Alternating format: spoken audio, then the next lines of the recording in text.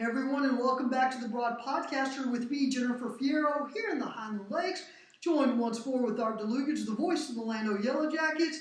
We have already covered 11-man football in the first two segments. Llano opened the segment in the first one. We had to talk about the great things that the Yellow Jackets are doing and what's happening with them this week as they get ready for a huge road game against Blanco. We also talked about the Burnett Bulldogs and the Marble Falls Mustangs. We recapped the Burnett County Showdown, if you will. Then we talked about what they can expect this week as Burnett welcomes Canyon Lake and Marble Falls is traveling to Taylor. Now we're going to talk about our 11-man teams here in the Highland Lakes. And we're going to start with... 6-man. Did I say 11-man? 6-man. We're going to now talk about our 6-man teams here in the Highland Lakes. We're going to start with Smoking for Jesus. They had a great win over Austin St. Stephen's. St. Stephen's, I saw them in week one. I thought that was one of the most complete football teams I'd seen. More than 30 players on their roster. Well, the Eagles beat them. Well, it seems like I don't know anything about the size of the school really, except that it seems like it's a big deal in Austin and that they should be a much bigger school than Smoking for Jesus. So congratulations to Coach Frazier. Oh, yeah. 65-58 was the final. That one went all four quarters on that score. No mercy rule there. Isaac Legger, the outstanding dual-threat quarterback. Listen to his numbers, Art. He completed 21 of 30 passes, 296 yards, 4 touchdowns, no interceptions. Wow. Had 13 rushes for 231 yards and 4 touchdowns. So he accounted for 8 touchdowns there for the Eagles. And again, we mentioned this several weeks ago. If he takes the snap as a quarterback, he's got to give the ball up and get it back before he can run. Now, somebody else, I guess, could take the snap and just hand it to him. Yeah, I can never remember. Because you're right. In six-man football, there are some things that are like 11-man, but the rules can be a little different, especially on the backfield, how you run. What I anticipate happens is you're right. Somebody else took the snap, tossed it to him, and then whoever tossed him the ball serves as the lead blocker to allow him to run. And say again the yards he got rushing. 231 on the ground. Wow. Those are fun games. I've been saying that off and on the entire season, but 6-man is a fun game to watch. You know, I've never seen an 8-man game. Yeah. They have a few teams, I think, out west, West Texas, but I've never seen that. But go ahead. Well, they're at home Friday night against Jubilee. That is a 6 o'clock kickoff, and I believe that's going to be at Wallace Rydell Park in Burnett on Texas 29. I believe that's right. Okay, they're playing. Faith Academy is not. Faith Academy is taking a bye, but before they did that, they mercy ruled Round Rock Concordia 58-8. That game ended, I want to say, midway through the fourth quarter. Cross Sanchez again led the Flames. 4 rushing touchdowns, 2 passing touchdowns, and 1 reception to lead the Flames to victory. I think he is in the front of the line for district MVP in that district, just like I think Isaac is as well. I think those 2 players are definitely in the front and in being the MVP for their district. Well, where does Faith stand in the district? They're 2-0. Okay. Well, they're 2-0. Good. Well, they got to be tied for first or sure close, because a lot of times those district honors go to the team that wins district more than it should. Yeah. Okay. Faith Academy is on a bye. They are spending 2 weeks to get ready for Round Rock Christian, and according to Coach Shipley, I have not checked Round Rock Christian's record, but at one time they were 4-1. This may be one of the better teams that Round Rock Christian has this year. I am curious to see what they come up with again here in 2 weeks on October 28th. Okay, that is all that I have for the 6-man stuff here. Do you want to talk about your T-shirt now, or do you want to talk more football? I'm ready for the T-shirt. I know that some people thinking, I wish they would tell us what that dead gum T-shirt is. 300, and is this a 2?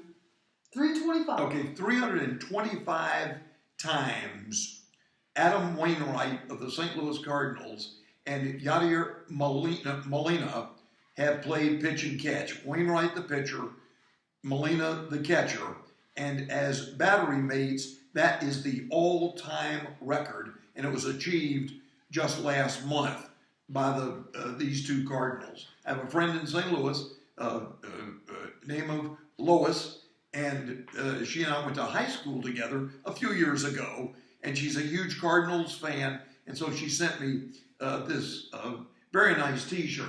And one of our most loyal viewers. Let's say that. I'm sorry? One of our most loyal viewers. Yes. She's hi, Lois. Thanks for watching. She watches the podcast, and she listens by TuneIn app for the Llano games on radio. Well, she's a wonderful woman. Remember, she's very nice. Remember Wainwright and Molina, because that's not a stat you hear too much. No. You hear more about the home runs and the consecutive hitting streaks and stuff like that. So an absolutely a tremendous accomplishment by these two outstanding players, pitcher and catcher. I agree. Okay, you also like to do a Big 12 recap. We have about 4 minutes here. Is there anything you want to say about the Big 12? Well, Oklahoma State and Texas is certainly a feature game for the weekend, and we don't know if Spencer Sanders, the outstanding quarterback of the Cowboys, is going to play. I know that some people don't like to mention odds, but it's all legal now, and Texas is like a 6-point favorite, even though they're playing in Stillwater, and Texas was a bit sluggish in a 24-21 win over Iowa State.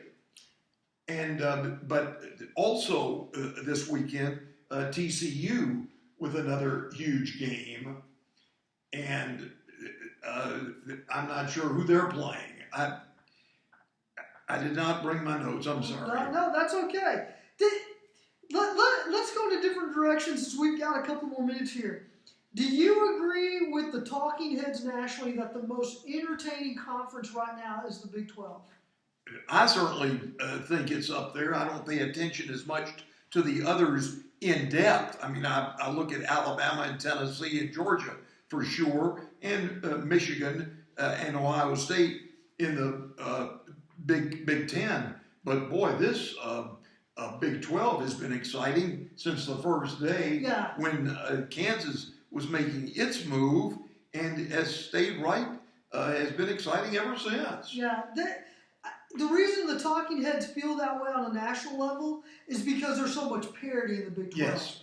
They honestly feel that on any given night or day, and I say that because I know Baylor lost a heartbreaker at West Virginia on a Thursday night last week.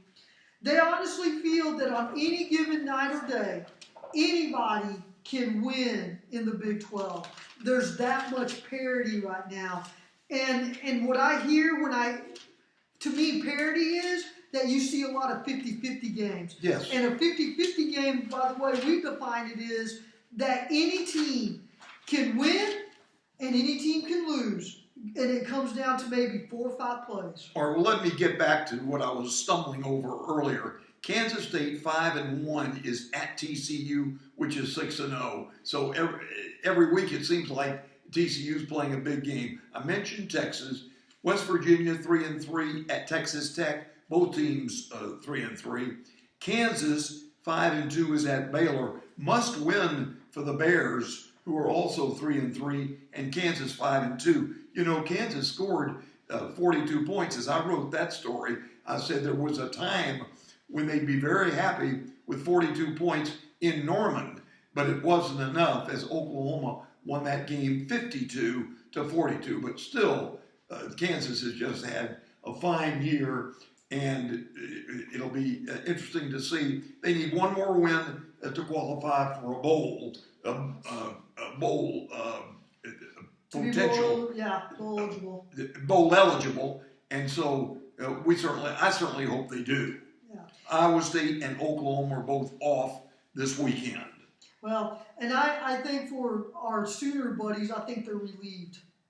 to get a bye. Well, probably so. To get a bye. Their defensive coach certainly is. They've now given up 187 points in their last 4 games, and which is just crazy. Hey, as a hookup, I'm certainly glad that 49 of those points went to Texas. I want to mention, too, that she said that West Virginia beat Baylor 43-40, a winning field goal, and it was kicked by Casey Legg. Two G's, Legg, but that to me, I love little stats like that. Texas A&M is at South Carolina. Aggies 3-3. Gamecocks are 4-2. Okay.